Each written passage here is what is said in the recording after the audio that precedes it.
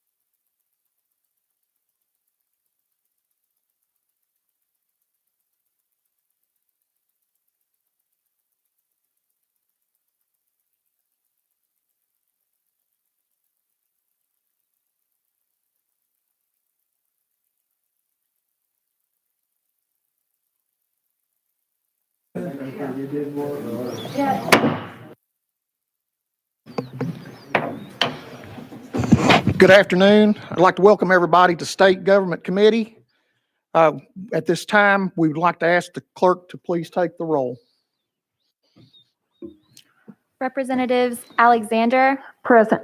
Beck, Bricken, Carr, Carringer, Chisholm, Cooper, Halford, Helton, Here. Holsclaw, Holsey, Jernigan, Johnson, Littleton, Marsh, Moon, Present. Powell, Wendell, Vice Chairman Eldridge, Here. Chairman Kiesling. Mr. Chairman, you have a quorum.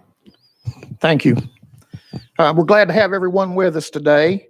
At this time, I'm going to ask if anyone has any personal orders that they'd like to address. If not, move on. We did have one bill. It is off notice at this time. Chairman Wendell, would you like to comment?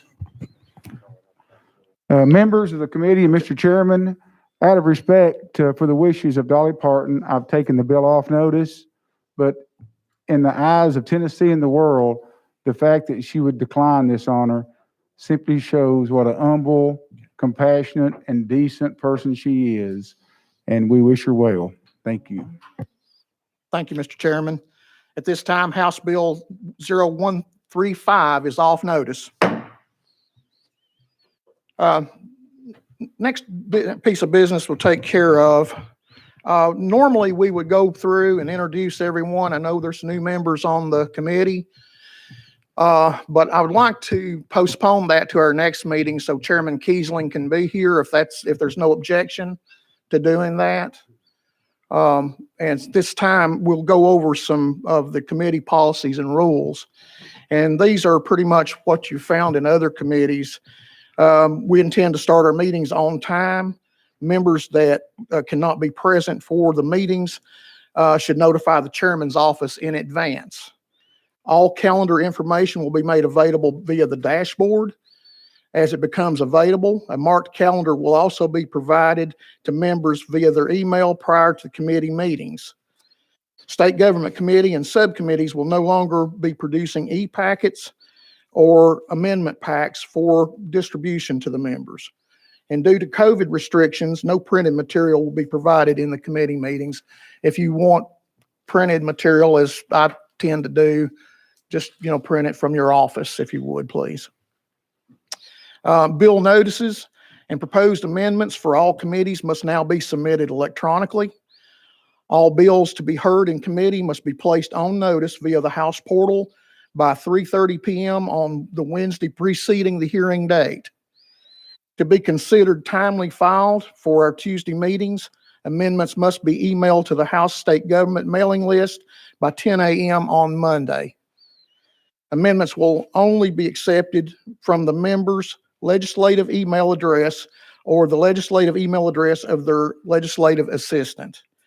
If a substantial amendment is not timely filed with the committee, the bill will have to be reset on the calendar in order for the amendment to be considered.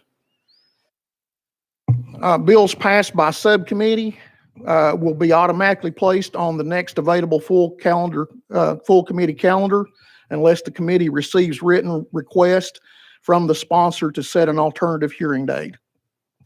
By rule, a bill may be calendared 3 times in a given committee, after which it shall be set on a special calendar to be heard along with the final calendar of that committee.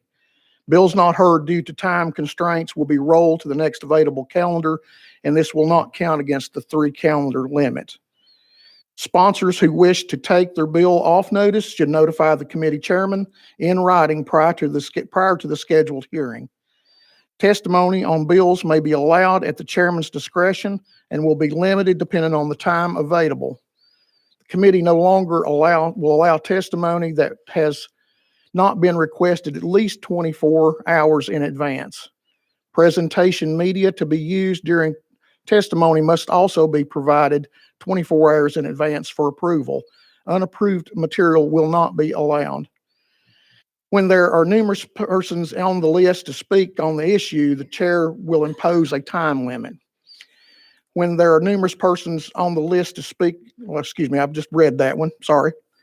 When testimony by multiple parties has been requested on an issue, the chairman may require that they designate a single person to present the position. To pass, a bill must receive affirmative votes from a majority of these members present and voting. A statement of present not voting or passed cannot affect the outcome of the vote as long as there are more affirmative votes than dissenting votes. Roll call votes must be requested by the bill's sponsor prior to any vote being called for, or by show of hands of 3 members at any time before the vote has been announced. Members who wish to have their vote recorded on a voice vote should notify the clerk of their vote.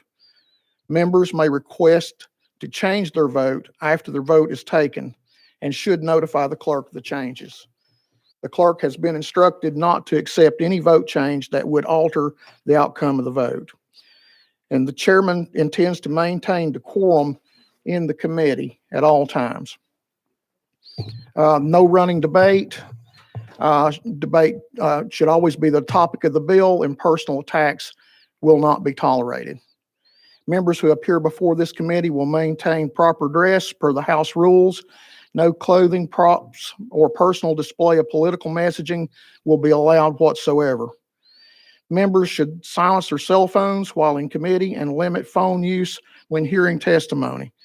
When asked, members of the committee and audience, please step out of the hearing room if you need to take a call. Per House rules, no member of the committee or staff may record video or live stream when the committee is in session. Photography is permitted. These restrictions do not apply to the general public. And due to COVID restrictions, we must limit audience capacity to the available seating only.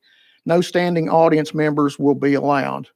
And a copy of these policies will be sent to the members following today's meeting.